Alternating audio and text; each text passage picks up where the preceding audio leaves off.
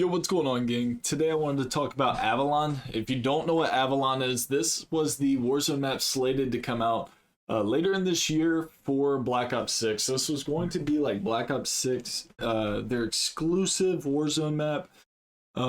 It was postponed, and it looks like it's going to be postponed even further. So right here, Ghost of Hope came out today and said Avalon may potentially be postponed from its original late 2025 release or completely canned for Warzone because of Verdansk's return. It's starting to look like they want Verdansk to come back and stay back, but I think they realized just the generalized layout of this map is not going to be a huge success. I know that the development of this map also wasn't originally just for Warzone. It was for an outbreak mode that they're talking about doing for Black Ops 7. I'm just curious as to why it was never even like beta tested to the public. I feel like that's something they could have definitely ran. Like as an event, we could have played Avalon.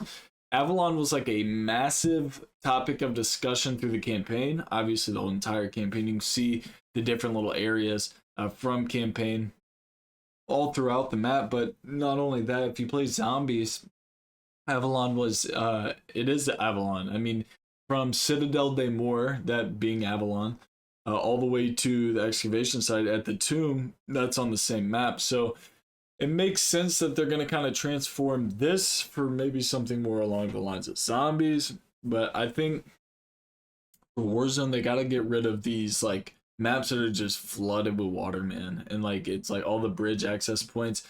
I think that's what made Verdansk so special, man. People overlook that aspect of maps that are really successful in battle royale and maps that aren't, man. And usually it comes down to like how easy you can traverse the map. Like, oh cool, there's boats, but I don't want to have to like go from a car to a boat, find another car on the other side. It's just weak, man. I feel like they need to figure out a neutral playing field.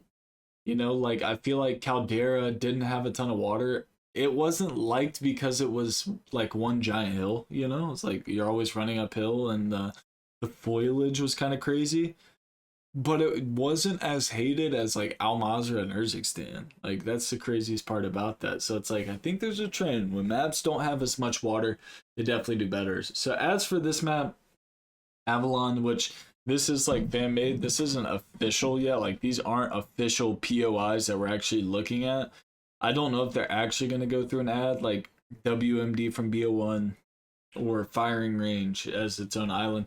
That kind of makes me think PUBG at the bottom. I mean, I don't know how much they're actually going to do in terms of like actual POIs like the Black Ops map or Blackout map, because Blackout was just a giant map made up of all Treyarch maps.